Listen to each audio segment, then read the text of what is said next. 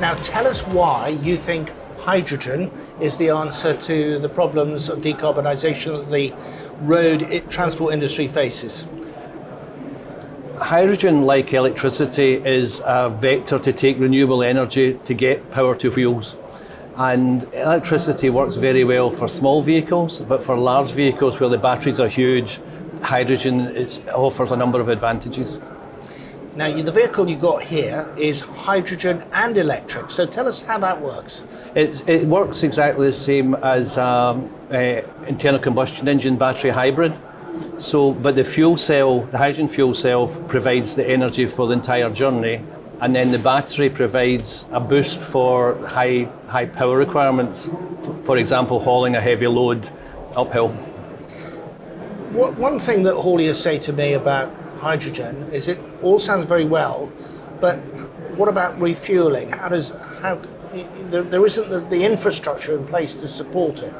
There isn't, and certainly that is an absolute problem where we're thinking about hydrogen cars, because for a car you'd expect to have the same sort of ubiquitous infrastructure you have for petrol and diesel. But for trucks it's quite a different problem, because for trucks we're looking at the long-haul logistics market, so we're looking at the motorway systems, and therefore we know from our end users where they want the vehicles, where they want to take them, and it's relatively simple to arrange fueling for that.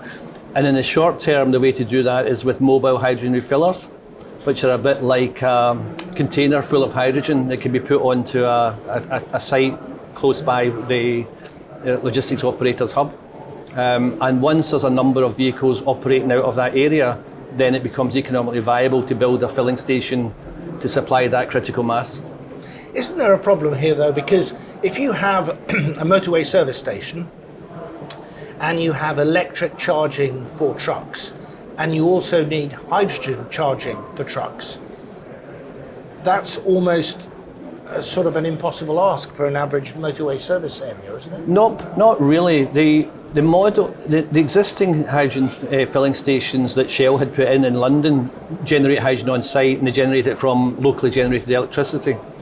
But the model now is to generate hydrogen close to the renewable source. So there's a huge number of solar and wind stations which have planning permission but can't get access to the grid. And hydrogen is seen as one method of utilising that resource. So you generate hydrogen locally, then take it to the filling station exactly the same way as you would take petrol or diesel to the filling station. Now, if I was a haulier coming to you for advice today about how I get to net zero, and I'm saying I'm confused, I've got electric and LNG and hydrogen and goodness knows what else, what advice would you give me? I would say it's not a dichotomy between electric and hydrogen. It depends on having the right vehicle for the right purpose. So certainly for last mile deliveries, for urban, then electric is by far the best. Where it's very obvious to us, I think, that for the very heaviest end, the heavy goods vehicles, the tractor units to replace the big diesel tractor units, hydrogen makes sense. There is, however, a grey area in the middle where it will depend on the way in which the vehicles are actually being used, which is going to be the best for a haulier. Okay, just thinking about net zero and that sort of move to net zero, how can the government help? Because we've heard a lot, haven't we, about how the German government is helping the industry there upgrade with subsidies, really, effectively. Yeah. No clear roadmap from the UK government about progress. The message from the UK government appears to be, it's not our problem, we've set the target, you sort it out.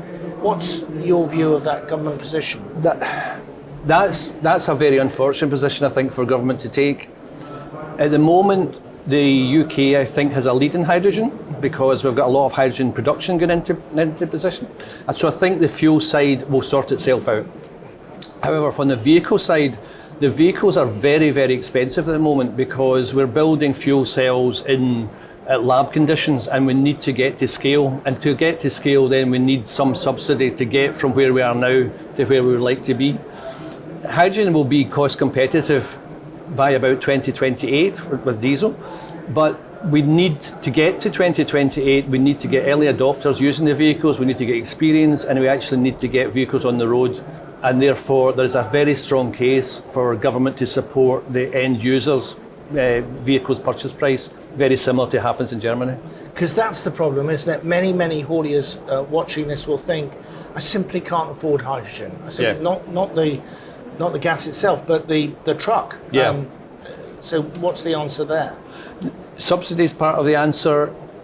The reason we looked at building a smaller hydrogen vehicle, but the economics of that just do not stack up.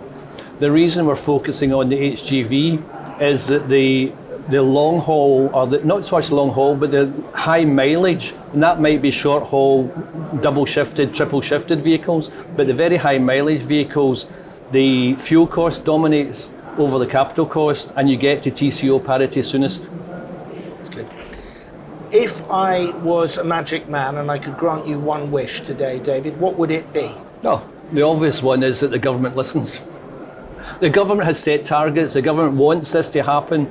The technology has been evolving in the UK. We have a very good position on the world stage, but we do need to get trucks into the UK market.